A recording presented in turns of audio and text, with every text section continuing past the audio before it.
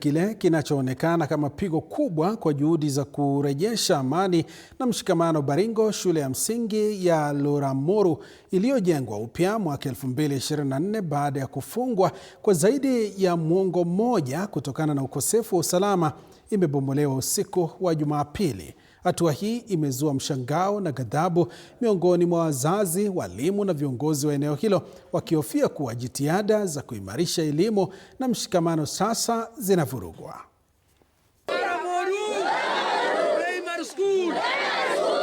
Shule ya msingi ya Loramoru iliyojengwa mwaka wa 2024 baada ya kufungwa kwa miaka 13 kutokana na ukosefu wa usalama ilibomolewa usiku wa Jumapili na watu wanaoaminika kuwa maafisa wa huduma ya msitu Kenya. Kitendo hiki kimesababisha mshtuko mkubwa miongoni mwa wazazi, walimu na viongozi wa eneo hilo. Mimi naona mbaya.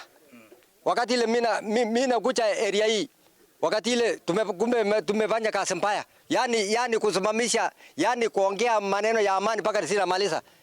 Sasa narudisha sasa hii kazi yako tena kukuja kuana. Shule imefungwa mara 3 tangu ianzishwe 1985. Sasa imefungwa ikafunguliwa, ikafungwa ikafunguliwa. 2024 kama njia moja ya kuleta amani katika eneo hili, mimi niko mmoja kati ya wale watu ambao tulikuja hapa tukaweza kuongelea kabisa mchakato ya amani nini mpaka ikarudi, na tukaona kwamba kitu ya kwanza itatusaidia ni kujenga shule. Mbunge wa Baringo Kusini Charles Kamuren alisema hatua hiyo haikubaliki na inaharibu amani iliyojengwa kwa muda mrefu. Wale walikuja kuvamia usiku, sio serikali, ni wakora ya usiku, na kama serikali wanakuja kupomoa wanapeana notice kuambatana na sheria. Sasa hii wanakuja kupomoa usiku na kuiba vitu na kupasua vyakula. Hata nashangaa, kama wewe ni baba, kama wewe ni mwanadamu, unapasua chakula na kumwaka. Askofu Evans Chepkwony ameishtumu serikali kwa kudhoofisha mshikamano na kuharibu shule hiyo, akisema hatua hiyo inapingana na jitihada ya kuendeleza utulivu. Mambo ambayo tunayofanya, kwa maana naifahamu ya kwamba shule hili ni mbunge wa hapa Baringo South, baada ya kuzungumza na kujadili kuona ni njia gani ambayo amani itadumu, ndio tukaleta proposal ya kuweza kujenga shule hili. Na hatimaye serikali ile tu ndio wamekeuka na wamepomoa.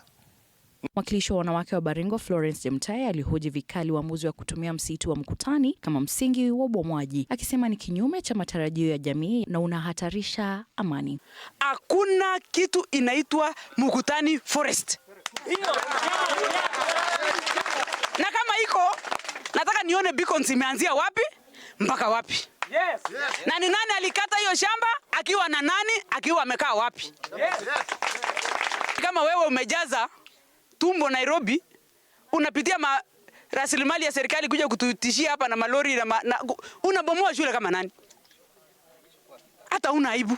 Wazazi na walimu walikuwa tayari kupanua shule hiyo ili kuhakikisha watoto wote wanapata elimu ya msingi. Shule hiyo iliwaleta pamoja na wanafunzi kutoka jamii ya Pokot na Tugen na ilionekana kama nguzo ya mashikamano baada ya migogoro ya muda mrefu. Viongozi wengine wa Baringo akiwemo Seneta Kiprono Chemiti na mbunge wa Mogotio Ruben Kiborek walilaani tukio hilo, wakionya kuwa amani iliyopo haipaswi kuvurugwa. Walisema licha ya serikali kuwekeza katika kurejesha usalama, hatua hiyo sasa inahujumu juhudi za makazi mapya.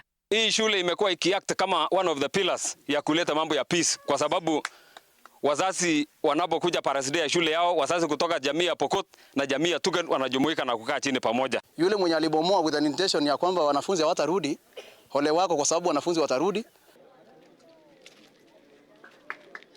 Faith Wangari, Runinga ya TV 47.